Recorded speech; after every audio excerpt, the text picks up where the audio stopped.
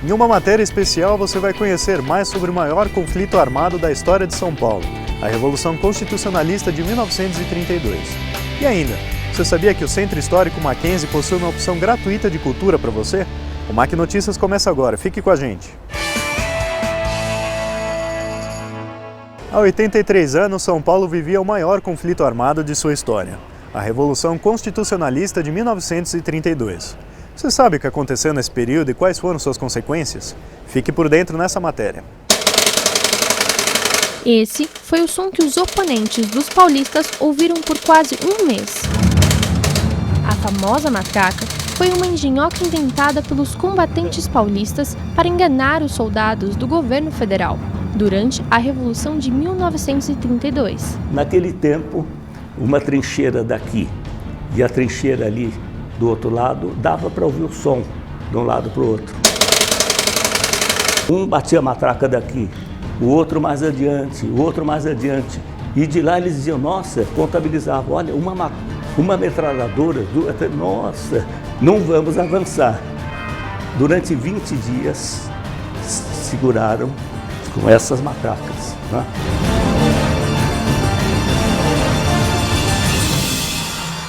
José Carlos, diretor do Colégio Santo Ivo em São Paulo, lembra das estratégias usadas no conflito armado que matou 830 civis, o dobro dos brasileiros mortos na Segunda Guerra Mundial.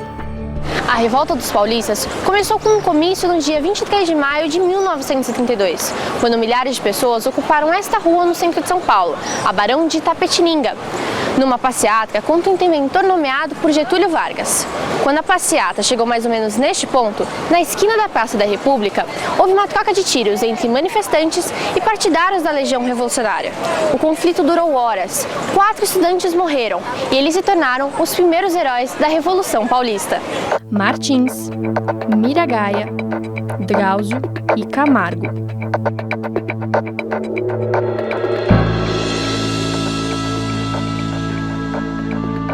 Apesar da guerra ter sido declarada contra o governo federal por São Paulo, não foi um movimento que se limitou apenas ao território paulista.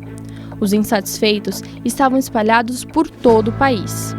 Porém, muitos acusaram São Paulo de querer se separar do restante do Brasil e da Revolução ser de cunho elitista. Para fazer uma revolução separatista, você precisa ter um planejamento, quem é que vai ser o presidente, quem vai assumir, não existia nada disso. O tribuno Ibrahim Nobre nunca falou de separatismo.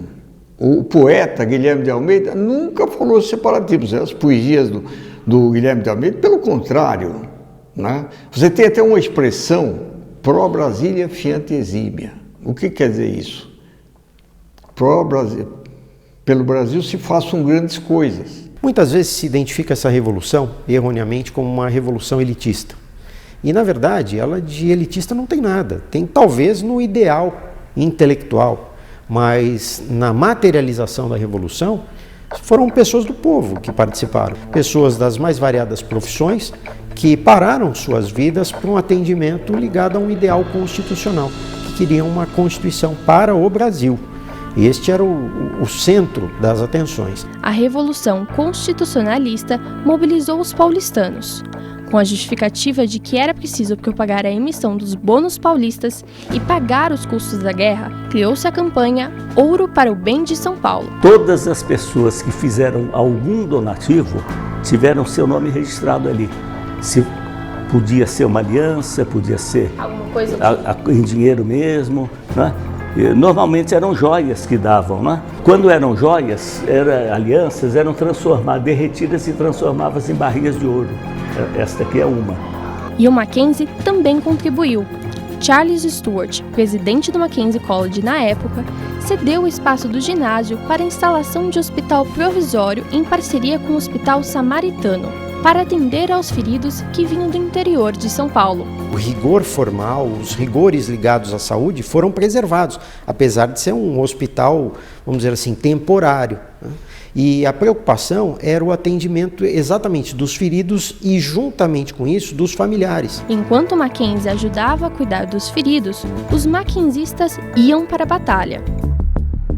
Reinaldo Cajado, José de Andrade e Lauro Barros são lembrados até hoje pela sua contribuição na Revolução de 32. É um monumento que homenageia 3 membros do Mackenzie que foram mortos durante os combates da Revolução Constitucionalista de 1932 e tiveram o reconhecimento institucional por parte do Mackenzie e também o reconhecimento estadual.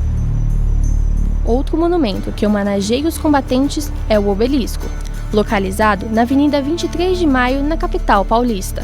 Inaugurado em 9 de julho de 1955, o mausoléu do Obelisco guarda os corpos dos 4 estudantes mortos no dia 23 de maio de 1932, mencionados no início dessa reportagem, e de outros 713 ex-combatentes.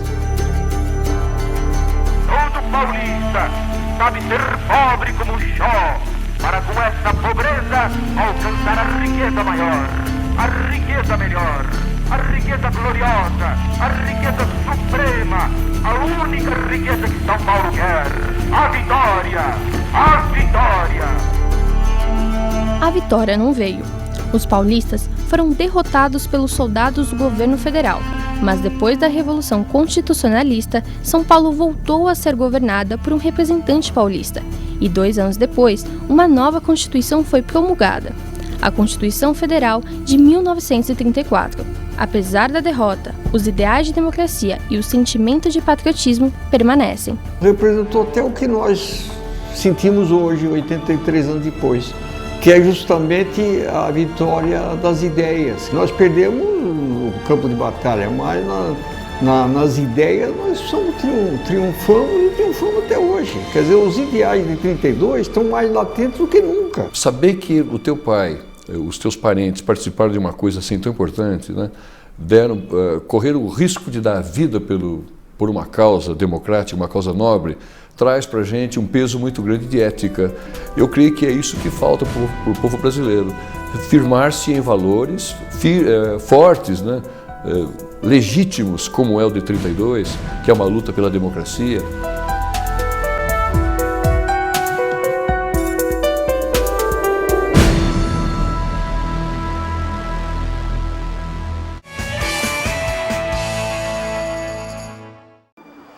Nos últimos 60 anos, a América do Sul se viu tomada por regimes militares que vitimaram milhares de pessoas. Só no Brasil foram mais de 400 mortes e 200 desaparecidos.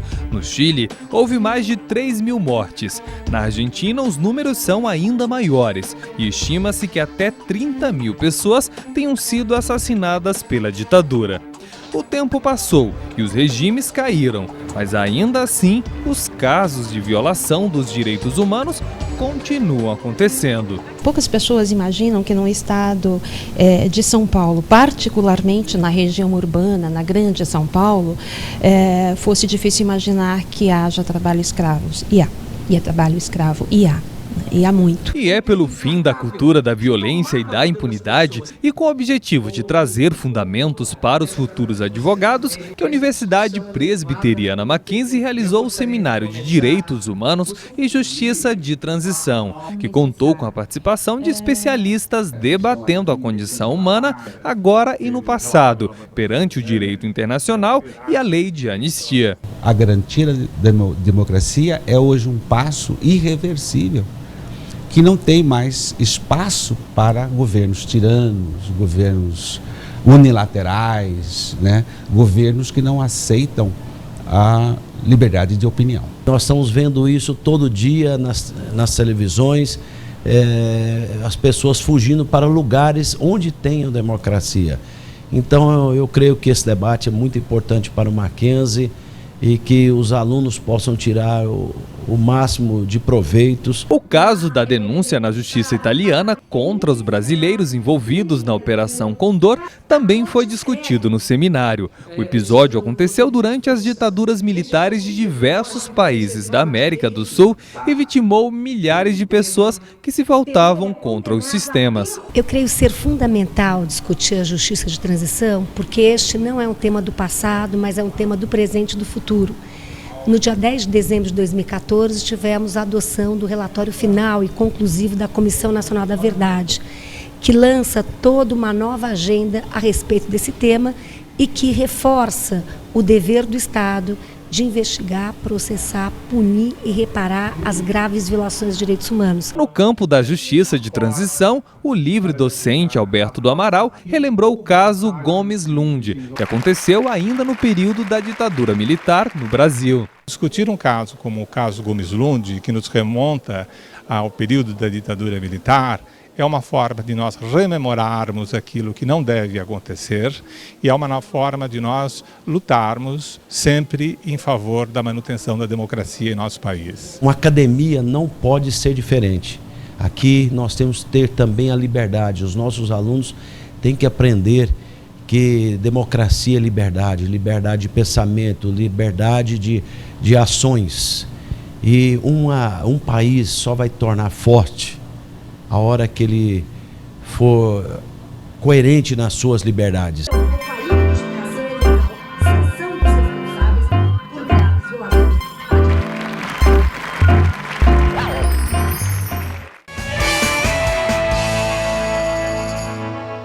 Amplie seus conhecimentos. Faça pós-graduação no Mackenzie. São mais de 140 anos de tradição e pioneirismo em ensino. Informe-se e crie novas oportunidades em sua vida. Frequentemente, a Universidade Presbiteriana Mackenzie realiza eventos entre profissionais das mais diversas áreas e alunos. Portanto, nas próximas matérias você vai ver alguns dos eventos que agitaram o campus de Higienópolis, em São Paulo, nos últimos meses. Olhe à sua volta. Nosso mundo é constituído por diversos tipos de materiais, como ferro, plástico, vidro e aço.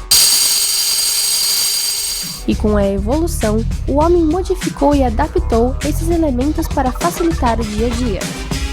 Nesse contexto, o papel do engenheiro de materiais se tornou essencial no processo de busca pelo desenvolvimento. Existe uma gama muito grande de atuação do engenheiro de materiais. Essa seria uma atuação bem interessante para o engenheiro, que seria não só desenvolver novos materiais, mas adequar materiais para algumas aplicações que elas não são feitas ainda, ou que vai ter algum ganho, né, como esse em redução em peso. As principais funções do engenheiro de materiais são a gestão e a supervisão de projetos e processos de produção, uso e aperfeiçoamento de materiais, criação de novos produtos e estudo de novas alternativas de aplicação de materiais já conhecidos. Isso também faz parte, digamos, do conjunto de conhecimentos que um engenheiro de materiais tem que reunir no seu dia a dia. Então, ele é um sujeito que tem que interagir com todas as engenharias, né? Como acabei de falar um pouco antes, com a engenharia elétrica, com a mecânica, com a engenharia civil. Ele se responsabiliza por todo o processo produtivo, da seleção da matéria-prima e definição dos métodos de produção ao emprego do material. Se eu pegar uma ferramenta muito frágil, uma ferramenta que praticamente não se deforma plasticamente, um ferro fundido branco, a gente vai para isso também e não vai para isso aqui. A Universidade Presbiteriana Mackenzie, em 1992, inaugurou o curso de Engenharia de Materiais, com o intuito de ser pioneira na cidade de São Paulo.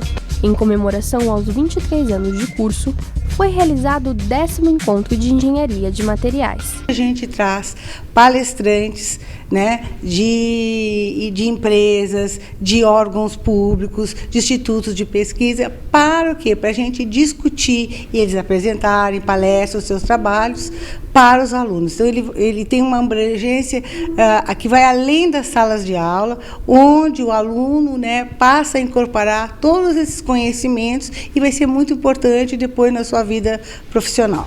Uma das principais discussões foi os estudos no campo de nanomateriais e grafeno, que estão revolucionando várias áreas da ciência. Essa revolução, ela em algumas áreas já está consolidada, né? Que se adicionando pequenas porcentagens de nanomateriais em determinados compostos, você melhora muitas propriedades. Mas existe muito ainda para se avançar. Algo que o Mackenzie está investindo. Já em processo de construção está o primeiro centro de pesquisa de grafeno e nanomateriais da América Latina, no campus de Higienópolis. Eu acho que o Mackenzie está com um passo à frente, né, investindo, né, nesse instituto de pesquisa.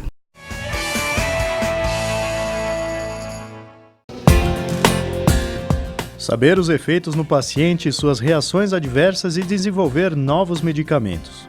A função de um farmacêutico não é das mais fáceis, e com o objetivo de ajudar no tratamento das doenças, ele é preparado para diversos casos.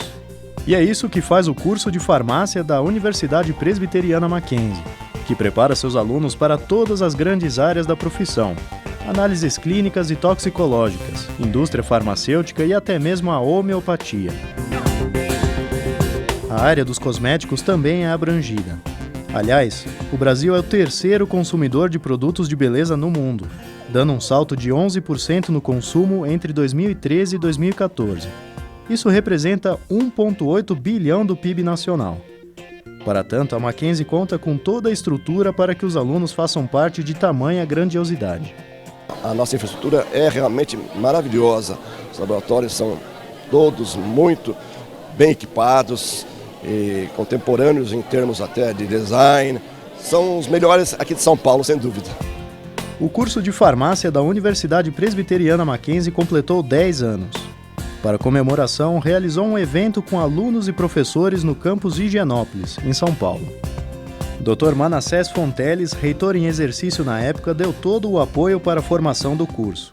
Por causa da vocação do curso, que buscava elementos como a farmácia industrial, a farmácia clínica, a homeopatia, a fitoterapia, quer dizer, uma série de coisas que foram inovadoras e que a gente projetou dentro da criação desse curso, felizmente, com muito sucesso. Transformado o Vaxão num grande núcleo de laboratórios da saúde, tendo como capitão o curso de farmácia. O cuidado com o preparo de uma estrutura e grade curricular trazem, mesmo em tempos de crise, bons resultados aos alunos do curso de farmácia da Mackenzie. O acompanhamento do rendimento escolar dos estudantes universitários se faz importante para a garantia de qualidade dos cursos superiores no Brasil. Ele acontece com periodicidade máxima de 3 anos através do ENAD. Normalmente são alunos dos primeiros e últimos anos os selecionados para participar da prova. Ela abrange questões relativas ao conteúdo programático do curso. Dr. Roberto Ribeiro, primeiro coordenador do curso de farmácia da Mackenzie, atualmente professor da casa, já vislumbrava a importância de um ensino de qualidade, colhendo os frutos nos dias de hoje. Nós tivemos um curso recentemente avaliado pelo ENAD com nota 5, nota máxima, onde nós tivemos a grande maioria dos nossos alunos bem acima da média nacional. Para nós isso é um orgulho muito grande. Muita alegria, mas a gente trabalhou bastante para isso. Foi um esforço de todo mundo e principalmente dos alunos que participaram e que realmente levaram a sério o ENAD.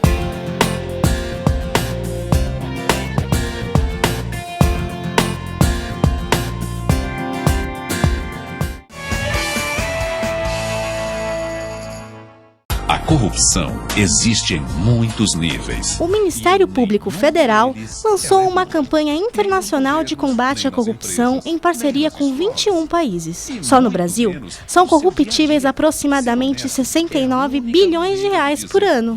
A corrupção está na boca do povo e estampa os noticiários de todo o país. Mas sabemos de fato como combatê-la? A legislação brasileira caminha para isso.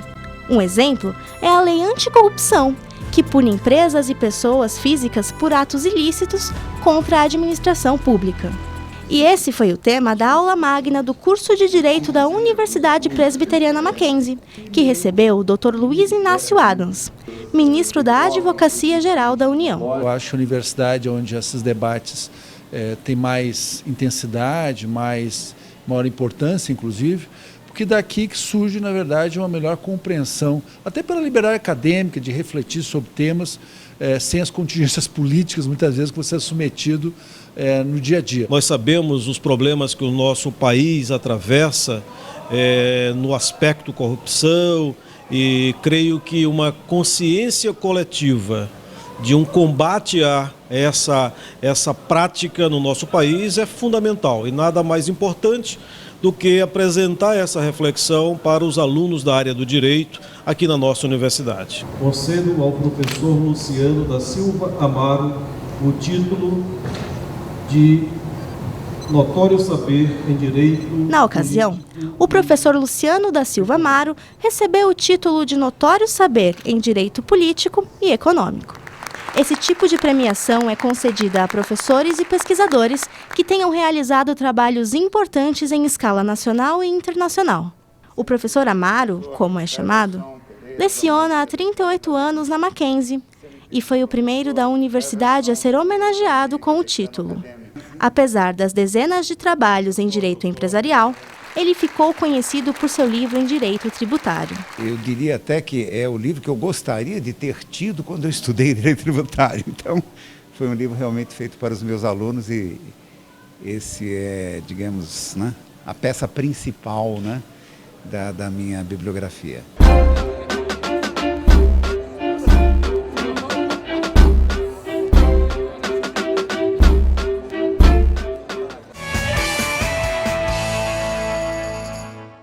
Hoje, com internet, celular e televisão, você acessa o mundo inteiro com um clique. Pode ser um jeito fácil de se informar, mas a experiência de sentar e abrir um livro continua insuperável. Quem entra em uma livraria tem sempre o prazer de passear entre centenas de obras e fazer grandes descobertas. É por isso que o Instituto Presbiteriano Mackenzie inaugurou uma unidade da livraria Companhia dos Livros, no campus de Higienópolis. O espaço reúne diversos títulos, entre livros de ficção, ensaios e obras acadêmicas, e é um convite irresistível ao prazer da leitura.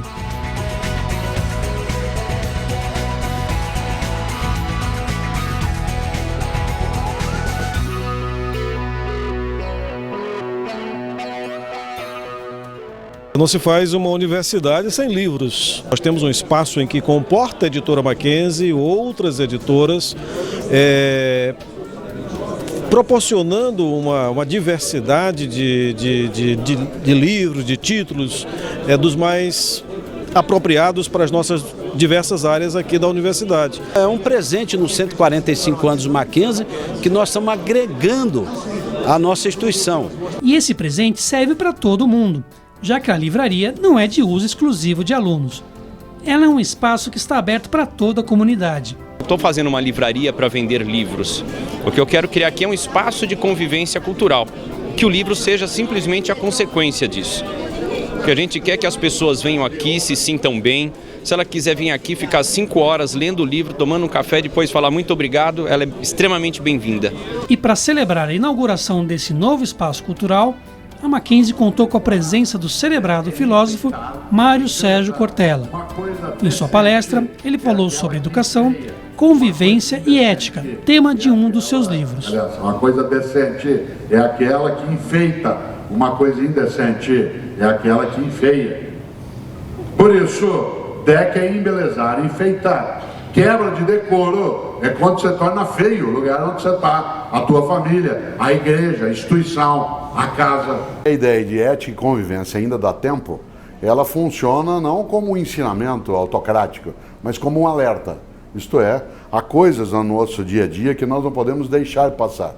Uma das coisas mais importantes é ser capaz, entre outras coisas, de olhar o que tem que ser mexido, o que tem que ser protegido, o que precisa ser descartado dos nossos valores, dos nossos princípios, de maneira a não apodrecer o nosso futuro. Por isso, a ideia, né, para pessoas dentro da Universidade Mackenzie e toda essa comunidade, né, de vida é a capacidade de não admitir a desertificação, né, do nosso futuro. Música no Hall. Esse é o nome do projeto que acontece todas as quintas-feiras no Centro Histórico Mackenzie. A proposta é trazer artistas que proporcionam ao público contato com diferentes estilos musicais. Olha só. O campus Higienópolis da Mackenzie atrai milhares de pessoas todos os dias. Tem gente que vem para estudar, para fazer pesquisas. O que não falta aqui são salas de aula, laboratórios e bibliotecas. Mas também tem gente que vem aqui para relaxar. E toda quinta-feira, às 6 da tarde, quem gosta de uma boa música tem o endereço certo aqui no campus, que é o Centro Histórico Mackenzie, que é aquele prédio ali. Vamos dar uma olhada?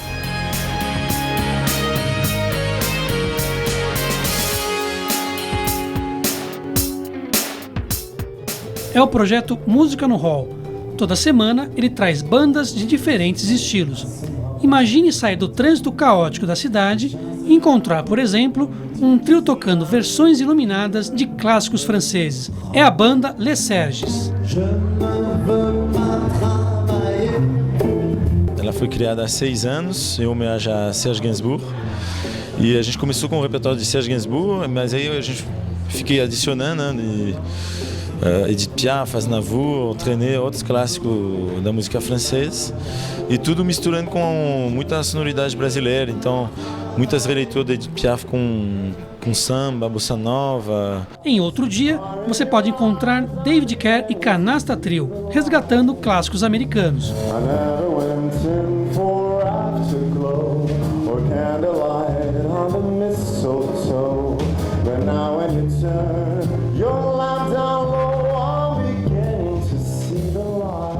A gente procura fazer, né, as canções do Great American Songbook, né, do Irving Berlin, Cole Porter, Rodgers and Hart, essa turma aí, né, que são canções maravilhosas. Acho que todo mundo merece conhecê-las, né?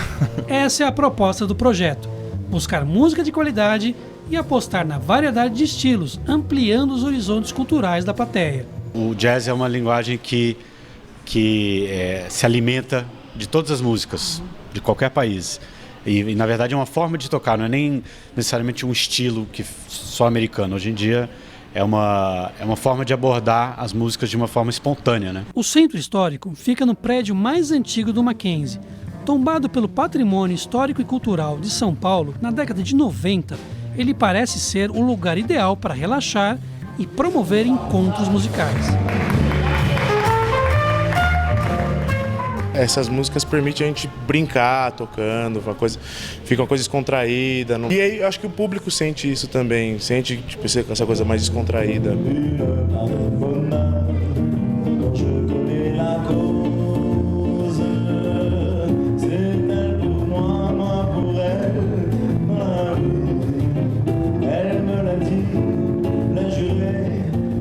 E a gente vai incentivando vários tipos de música mesmo, por exemplo, um jazz francês. É uma coisa que a gente não vê muito por aí, todo dia, né? Você tem que ir a lugares específicos. Então, nosso objetivo é difundir mesmo música boa, né? Então, na próxima quinta-feira, arrisque-se e venha fazer descobertas musicais aqui na Mackenzie.